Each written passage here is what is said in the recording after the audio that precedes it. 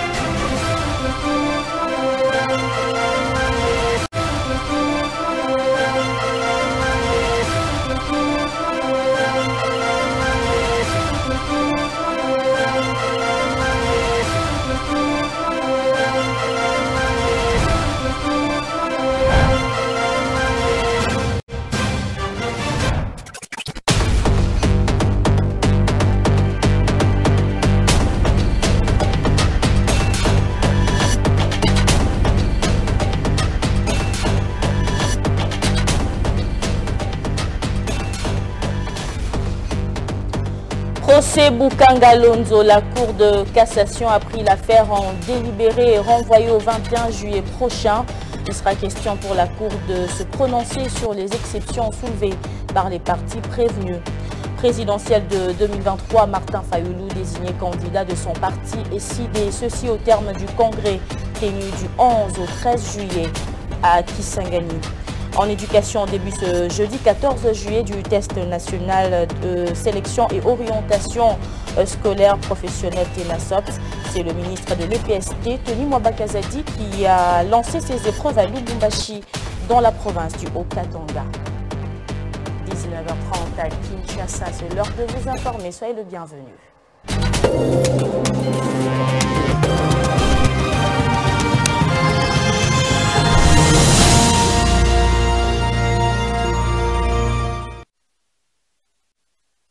Bienvenue à tous et à chacun à cette grande édition du journal. La Cour de cassation siégeant ce jeudi 14 juillet en matière pénale dans le procès du parc agro-industriel de Bukanga Lonzo a décidé de renvoyer l'affaire au 21 juillet prochain afin de se prononcer sur les exceptions soulevées par les partis prévenus. Au cours de l'audience de ce jeudi, on note également la présence de l'ex-premier ministre Augustin Matata Ponyo et ses co-accusés. Je vous propose juste de revenir sur ce qu'a été l'audience de ce jeudi à la Cour de cassation. Pour la troisième fois, la Cour de cassation siégeant en matière pénale dans les procès du parc agro-industriel de Bukanga Lonzo a décidé de renvoyer l'affaire au 21 juillet prochain afin de se prononcer sur les exceptions soulevées par le parti de prévenus. Parmi ces exceptions, les avocats de l'ancien Premier ministre Augustin Matata Ponyo ont soulevé le préalable de l'incompétence de la Cour de cassation à juger leurs clients, mais également celui de l'irrécevabilité de l'action du ministère public qui a violé la Constitution et des lois de la République.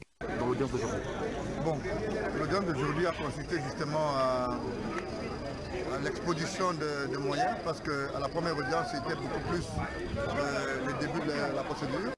Dans la deuxième audience, M. Matata était présent et cela a pu démarrer. Malheureusement, il y a eu absence d'interprète pour les comptes de M. Christ Gobler. Aujourd'hui, la défense de M. Matata, Titebi et M. Gobler a déplié justement une batterie d'exceptions liées à les compétences de la Cour de cassation. En effet, ces exceptions ont été balayées d'un revers de la main par le procureur près de la Cour de cassation qui a estimé avoir respecté toutes les lois de la République en déférant le prévenu par devant les juges de la Cour de cassation. Par ailleurs, il a demandé aux juges de la Cour de déclarer non fondées toutes ces exceptions. Signalons qu'il s'agit d'Augustin Matata Ponyo, ancien Premier ministre, mais aussi Christo Glober, administrateur sud-africain de la firme Africom, qui sont parmi les principaux prévenus dans cette affaire. Dieudonné Kamouleta, président du Conseil supérieur de la magistrature, recommande aux magistrats le changement de mentalité pour lutter contre la corruption, mais aussi l'impunité. Il a dit à l'occasion de la clôture des assises de la 6e session extraordinaire de l'Assemblée générale du Conseil supérieur de la magistrature, des travaux qui ont connu la participation de plusieurs personnalités, notamment le Premier ministre Jean-Michel Samalou Condé.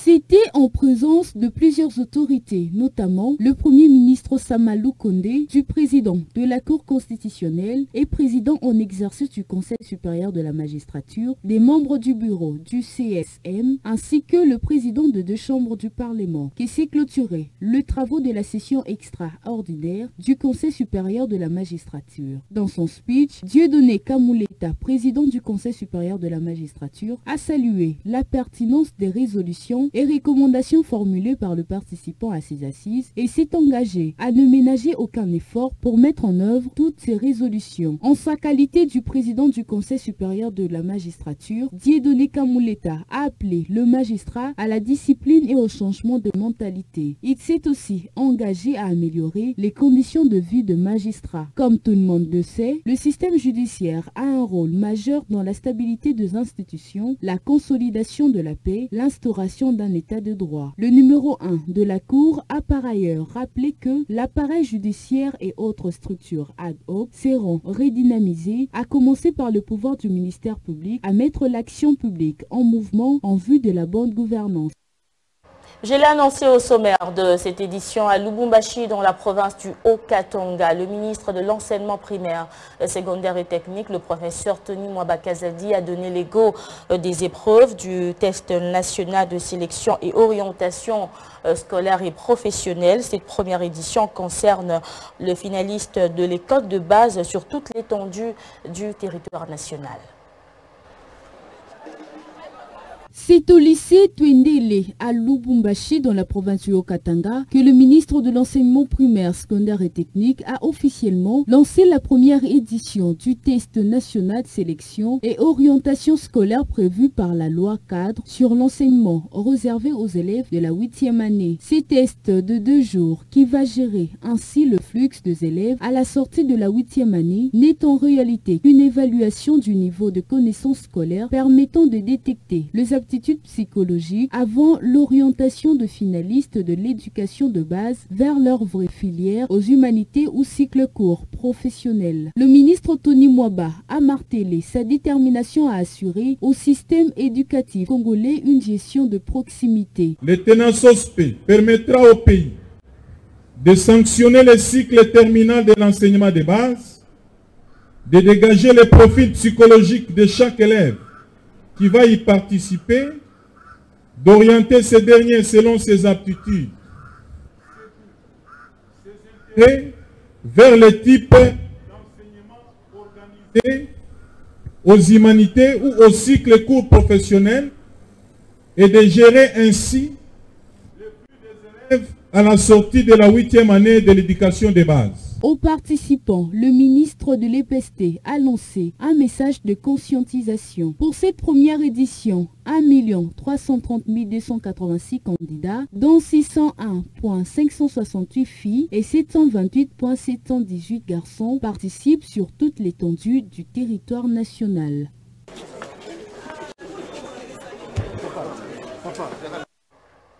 Et les finalistes de la 8e rencontrés au terme de cette première journée du TENASOPS donnent leurs impressions. Ils reviennent également sur les difficultés rencontrées. Reportage.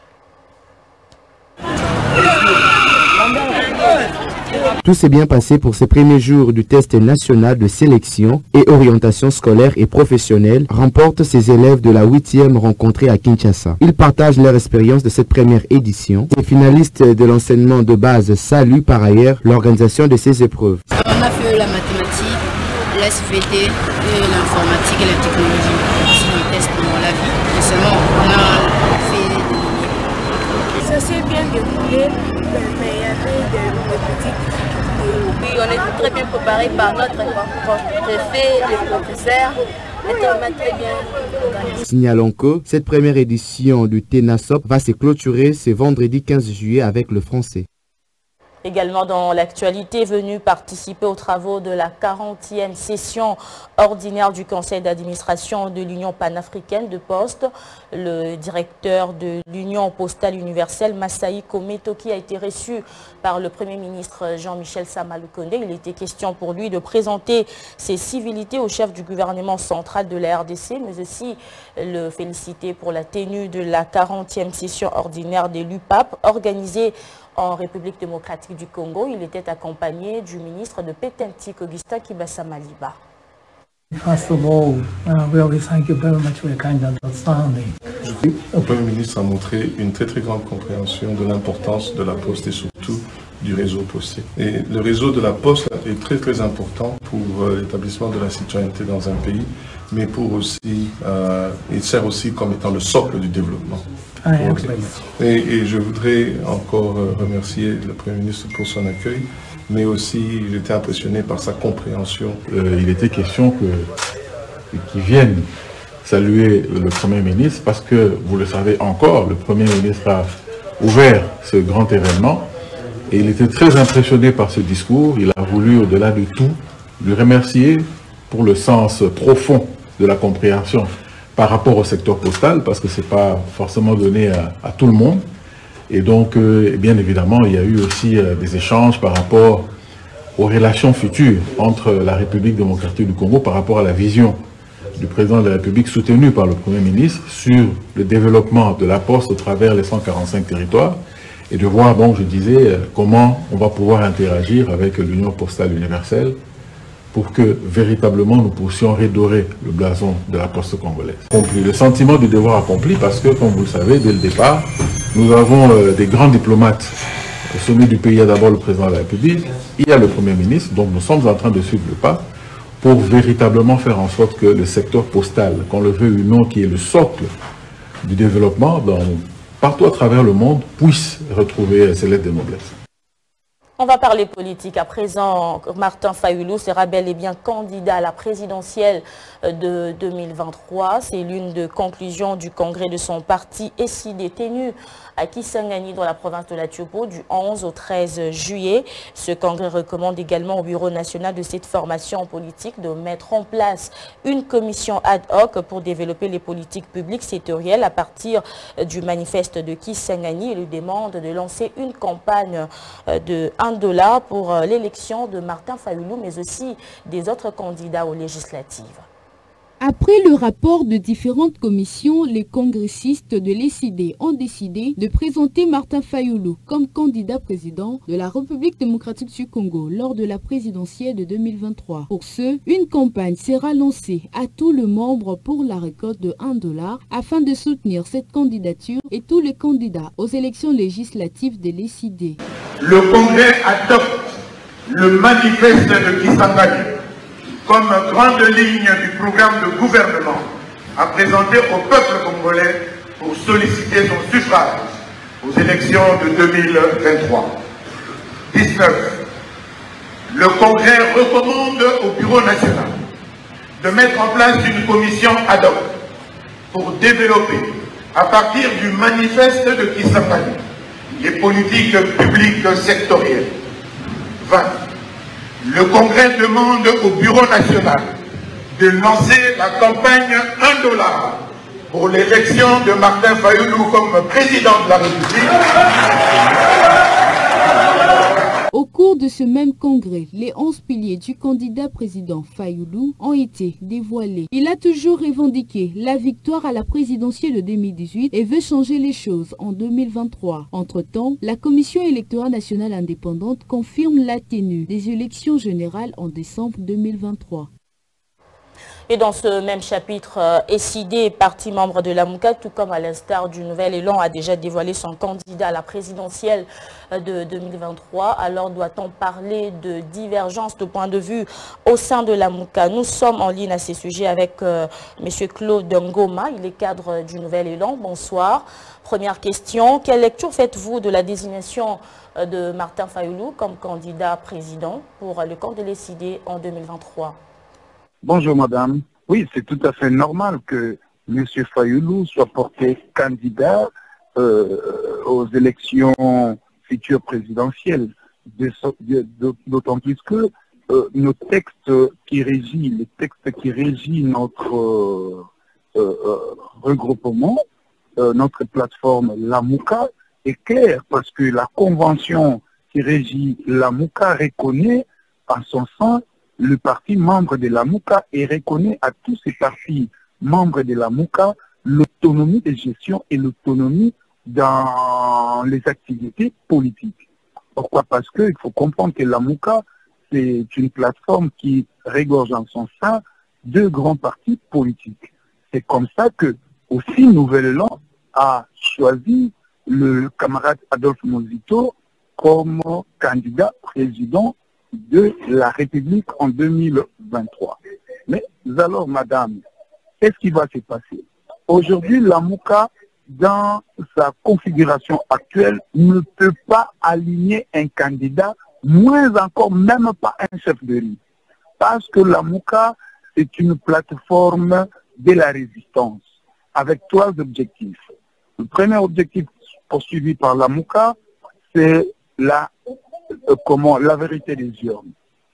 Le deuxième objectif, c'est la recherche de consensus électoral, dans la loi électorale, donc large consensus.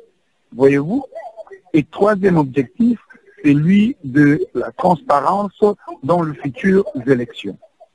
À vous entendre parler, cette démarche est logique. Alors, qu'en est-il justement de la candidature commune de LAMUCA à la présidentielle de 2023? Oui, tout à fait, parce que pour nous, Nouvel-Élan, déjà, les camarades Adolphe Mozito, nous l'avons déjà choisi comme étant candidat, notre candidat aux élections 2023. Mais maintenant, entre les différents candidats qui composent les différents partis de LAMUCA, il va falloir maintenant discuter autour d'un programme commun. Vous voyez? Donc, chaque candidat président de la République pour X parti politique doit présenter un programme chiffré et détaillé. Et c'est sur base de ces programmes que nous allons maintenant engager des discussions autour de questions liées, par exemple, je vais vous dire, la politique industrielle, la politique sécuritaire, la politique liée à notre système de santé, la politique fiscale, tout ça. Donc c'est sur un certain nombre de politiques publiques à mener que voilà, nous allons engager maintenant de discussions. Et le programme de celui qui sera accepté, et donc c'est celui-là qui sera porté candidat président de la République pour le compte de LAMUCA. Voilà, c'était en ligne avec nous, M. Claude Ngoma, cadre du Nouvel-Élan.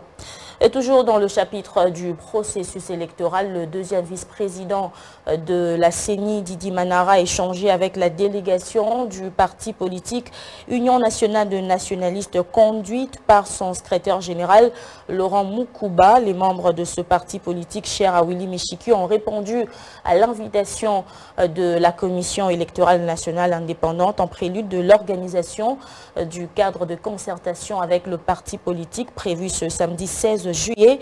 Autre délégation reçue, c'est celle de la dynamique progressiste révolutionnaire conduite par son président national, maître Constant Moutamba. On les écoute tour à tour dans ces extraits. Nous sommes un parti politique dénommé Union nationale des nationalistes, UNANA en sigle, que dirige le président national Michiki Bouine Willy. Nous sommes venus en délégation répondre à l'appel de la Commission nationale électorale indépendante dans sa nouvelle approche d'aborder les partis politiques afin de préparer la concertation qui aura lieu avec les partis politiques ce samedi. Nous sommes venus partager avec la CENI en ce qui concerne les processus électoraux. La loi électorale, sans oublier la cartographie, et puis tout ce qui va suivre. Nous sommes Dynamique Progressiste Révolutionnaire, DIPRO, plateforme de l'opposition politique congolaise. Les membres du bureau de la CENI nous ont reçus en tant que plateforme de l'opposition républicaine pour nous faire part de l'évolution du processus électoral. À ce sujet, ils nous ont laissé entendre, ils nous ont parlé de 3 étapes qui caractérisent fondamentalement le processus électoral, à savoir la cartographie opérationnelle, la révision du fichier électoral, ainsi que les élections proprement dites. Ils nous ont rassuré que la première phase, celle de la cartographie opérationnelle, arrivait déjà à terme et que s'agissant de la seconde phase, elle va bientôt être lancée. Et les membres du bureau nous ont également parlé du cadre de concertation qui sera lancé ce samedi au Palais du Peuple. Ce cadre qui va rassembler, réunir toutes les parties prenantes au processus électoral. L'opposition républicaine y est également conviée. Et enfin, ils nous ont rassurés de l'organisation des élections dans le délai constitutionnel. Tout à fait autre chose. À présent, la mendicité, phénomène observé depuis un moment dans la capitale congolaise Kinshasa, particulièrement chez la plupart d'enfants qui vivent dans des conditions sociales en tout cas très précaires, mais rêvent de devenir de grandes personnes dans l'avenir, aussi assurer des fonctions importantes dans la société. Quelques parents rencontrés expliquent ce fléau par l'irresponsabilité de certains parents et que ces derniers doivent veiller en tout cas à l'éducation des enfants. Ils appellent également à l'implication de l'État. Reportage. À Kinshasa, les enfants vivent dans de différentes conditions sociales. Il y en a qui sont à l'école, certains qui font de petits métiers et d'autres par ailleurs vivent de la mendicité. Ce qui explique le fait de constater actuellement les petits enfants devant les places publiques en train de pratiquer la mendicité. Pour certaines personnes, la mendicité est causée par la démission de certains parents à leur poste de chef de famille. Il arrive dans d'autres familles où les parents sont des démissionnaires, surtout du côté de papa. Vous voyez un papa qui est là, qui ne cherche pas à faire, qui ne cherche pas du travail. Il passe tout le temps à se déambuler ou à prendre de l'alcool. Même s'il trouve, même si son ami lui donne quelque chose, au lieu de penser à sa famille, lui pense à prendre l'alcool et puis s'enivrer. Il y a aussi dans d'autres familles où le papa et la maman ne s'entendent pas. Quand il y a une mésentente dans la famille, les enfants sont abandonnés et chacun doit se promener quand il veut.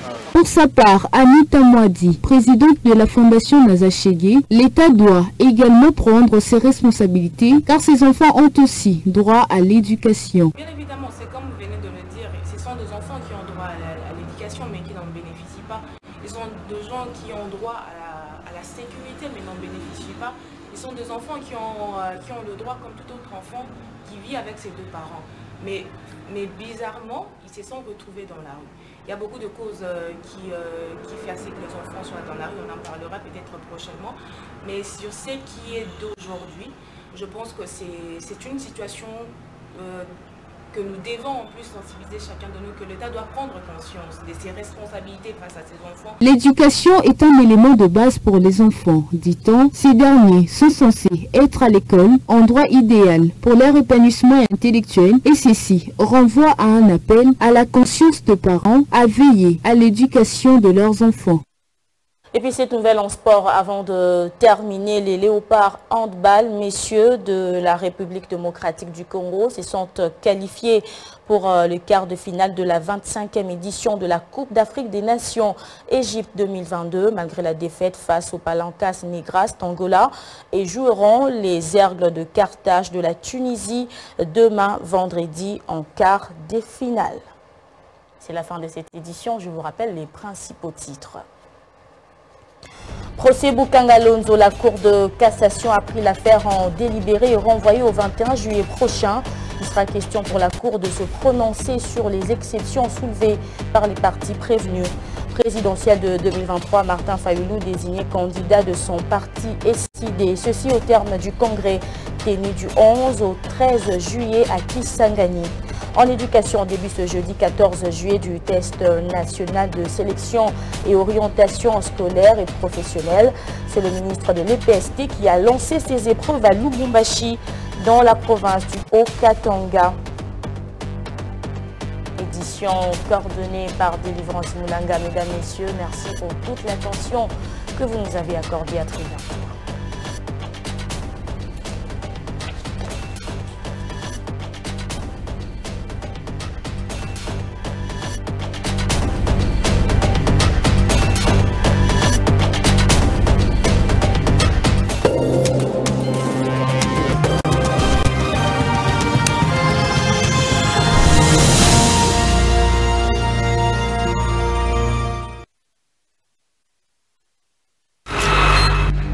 Merci de suivre les pas.